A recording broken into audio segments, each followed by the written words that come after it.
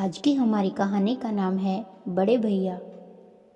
एक बार की बात है, रजनी अपने बड़े भैया सुधीर से बात करने लगी। सुधीर ने घूर कर देखा तो रजनी डर गई। कितनी मुश्किल से इतने दिनों तक रटी हुई बात रजनी आज बोल पाई थी, और अब बोलकर भी लग रहा था कि कुछ नहीं बोली वो।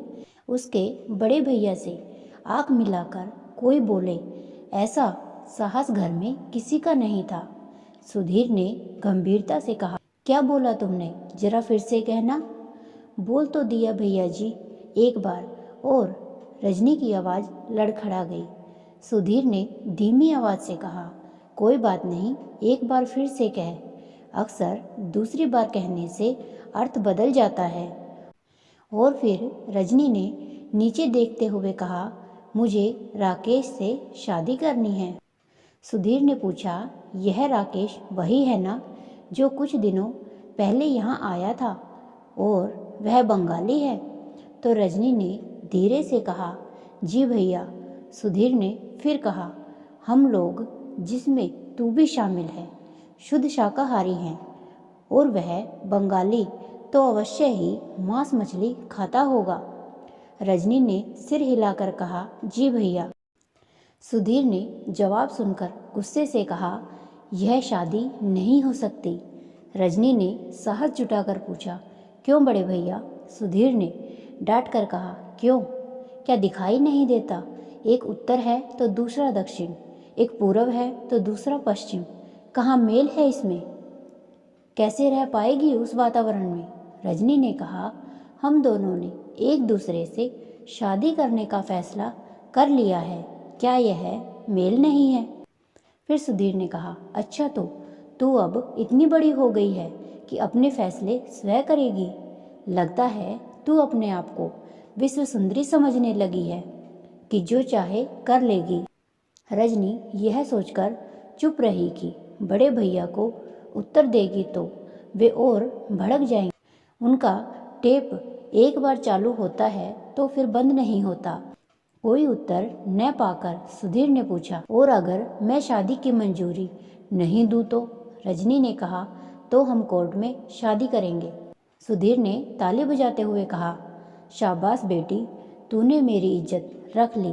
अगर मैं शादी के लिए हामी भर देता हूँ तो लोग 1000 सवाल करेंगे, मैं जवाब देते देते थक जाऊँगा। रजनी कुछ समझी नहीं कि बड़े भैया समर्थन कर रहे हैं या तीखे बाण छोड़ रहे हैं। रजनी द्विधा में पड़ गई। सुधीर ने डांट कर पूछा, अब क्या हुआ? चुप क्यों हो गई? रजनी ने डरते हुए कहा, आप नाराज हो? सुधीर बोला, हाँ, नाराज होने की बात ही है। अच्छी तरह से फैसला कर लिया है ना? ऊंच नीच सब सोच लिया है ना? बाद में पछताएगी तो नहीं? जी नहीं, रजनी ने उत्तर दिया। तो जाओ कोर्ट में शादी कराओ, मैं तुम दोनों को आशीर्वाद दे दूंगा। सुधीर ने अपना निर्णय सुना दिया। रजनी का दिल डूब गया। स्वीकृति पाकर वह प्रसन्न नहीं हुई। हर लड़की की तरह वह भी वधू बनकर पूरी सज सवर और श्रृंगार के साथ विदा होना चाहती थी। यह तो बिल्कुल ऐसा ही होगा कि टिकट लेकर एक स्टेशन से दूसरे स्टेशन पर पहुंच गई। जब तक विद्रोह की स्थिति में थी तो बहुत ऊंचा ऊंचा सोचती थी, और अब असलियत सामने आई तो दिल बैठ गया। मेरे सारे सपनों का रंग फीका पड़ने लगा। सुधीर 5 भाई बहनों में सबसे बड़ा था, और शायद इसीलिए बड़े भैया यह नाम उनके व्यक्तित्व और ऊंचे दर्जे के कारण उनके चेहरे पर चिपक गया था। माता पिता के गुजर जाने के बाद घर की सारी जिम्मेदारी उनके कंधों पर आ गई थी। 2 भाइयों की और 1 बहन की शादी कर दी थी। ये सब करके सुधीर को प्रशंसा भी मिली। इसी समय उनकी पत्नी का देहांत हो गया। उनका एक बेटा भी था। वह कहते हैं कि मैं अपने बच्चों को माँ और बाप दोनों का प्यार देकर उसका अच्छे से ख्याल रखूंगा।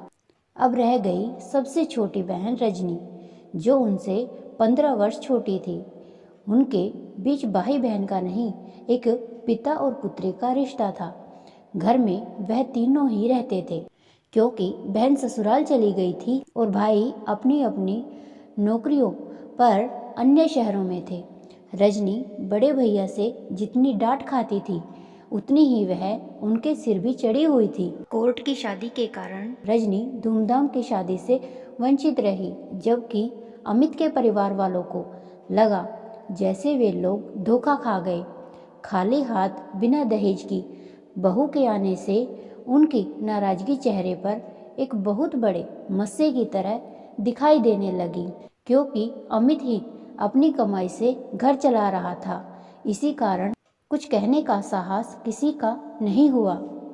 एक पड़ोसी ने सुधीर से पूछा, भाई साहब, यह बेमेल की शादी आपने स्वीकार कैसे कर ली? कहाँ हम उत्तर भारत के, कहाँ वह बंगाली।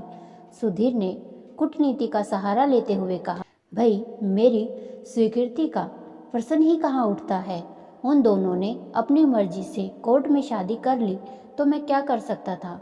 हाँ, आपको तो एक दावत न मिलने का दुख अवश्य होगा। पड़ोसी व्यक्ति ने झिझक कर कहा, मेरा मतलब यह नहीं था। पता नहीं कैसे निर्वाह करेगी। आखिर उन दोनों की संस्कृति पृष्ठभूमि तो बिल्कुल अलग है ना, इसीलिए। सुधीर ने कहा, संस्कृति पृष्ठभूमि कुछ भी हो, पर संस्कार तो सब में भारतीय ही है ना। और फिर सब जानते हैं और कहते भी हैं कि विवाह तो जन्म के साथ ही निर्धारित हो जाते हैं। इसमें मैं और आप क्या कर सकते हैं। उन सज्जन का मुंह बंद हो गया। रजनी ने पहले एक स्कूल में और फिर एक अच्छे नामी कॉलेज में एमए किया। अभी वो आगे भी पढ़ाई कर रही थी। अमित दूसरे कॉलेज से अब पढ़ाई पूरी करके जॉब करने लगा। अक्सर मिलते जुलते रहते थे। एक दूसरे के प्रति आकर्षण ने अपना रंग जमाना शुरू कर दिया। अंत में शादी करने का भी इरादा कर लिया।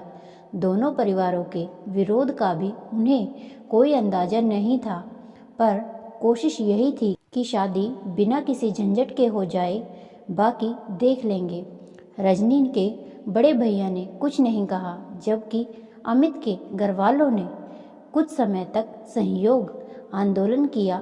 शादी को लगभग 7 महीने हो चुके थे और ऊपरी तौर से सबकी जीवन यात्रा ठीक ठाक चल रही थी। आपको यह कहानी अच्छी लगे तो प्लीज़ वीडियो को लाइक करें, शेयर करें, चैनल को सब्सक्राइब करें।